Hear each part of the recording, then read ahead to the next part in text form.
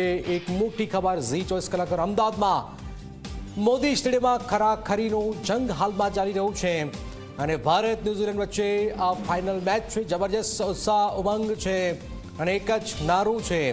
ભારતીય ટીમમાં કોઈ ફેરફાર નથી. સ્વાભાવિક છે કે મુંબઈમાં જે અંગ્રેજોને આપણે માત આપી છે એ જ ટીમ ભારતીય જીત માટે દેશભરમાં હોમ હવન થઈ રહ્યું છે.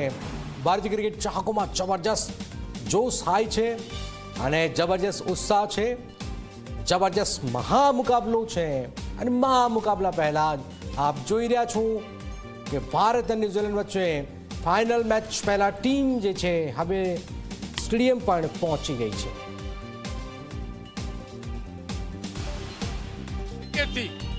ભલે અત્યારે હું ભગવામાં છું, ભગવાધારીમાં છું, કે જ્યારે મારે સંસદ છોડી દેવો પડે એવા ભગવાધારીમાં છું હોવા છતાં મારે ક્રિકેટની વાત આવે છે ત્યારે મને રાત હોય કે દિવસ હોય મને ચેન નથી પડતું. મંદિર હોય કે ભાઈ જંગલમાં હોય, ક્રિકેટ જોવા માટે હું તડપું છું. અને મારો એક રેકોર્ડ છે કે કપિલ દેવજી જ્યારે 1994માં કપિલ દેવજીએ વેસ્ટ ઇન્ડિઝના રિચાર્ડ હેડલીનો રેકોર્ડ તોડીને શ્રીલંકાના બેટ્સમેન હર્ષદ તિલક રત્નની વિકેટ લીધી હતી ત્યારે મેં નરેન્દ્ર મોદી સ્ટેડિયમમાં બાઉન્ડ્રી કોર્ટ કૂદીને કપિલ દેવજીને અભિનંદન આપ્યા હતા.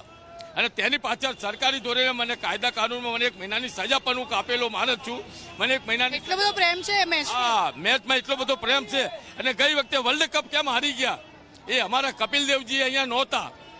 કપિલ દેવજીને આમંત્રણ નહીં આપ્યું હતું. આ વખતે ઇન્ડિયન ટીમમાં કયા પ્લેયરને ચીયર અપ કરવા માટે આવ્યા આ ક્રિકેટમાં મારી વાત સાંભળો, હું કહું છું, સાચું કહું છું, ક્રિકેટમાં કયો ખેલાડી ચાલી જશે એ કોઈ નક્કી હોતું નથી. તમારો ફેવરેટ ખેલાડી કયો છે? ફેવરેટ ખેલાડી કપિલ દેવ હતો. અને અત્યારે કયો છે? અત્યારે તો હવે બધા કહેશે એ પ્રમાણે હું જ્યારે મેચ જોઉં છું. તો પાછા દીક્ષિતા પાસે પહોંચી. દીક્ષિતા, અલગ અલગ લોકો આવી રહ્યા છે, ટિકિટ તો લગભગ હવે મળી ગઈ છે બધાને, પણ આ વખતે શું એક્સ્ટ્રા લાગી રહ્યું છે, શું નવું જોઈ રહ્યા છે દીક્ષિતા?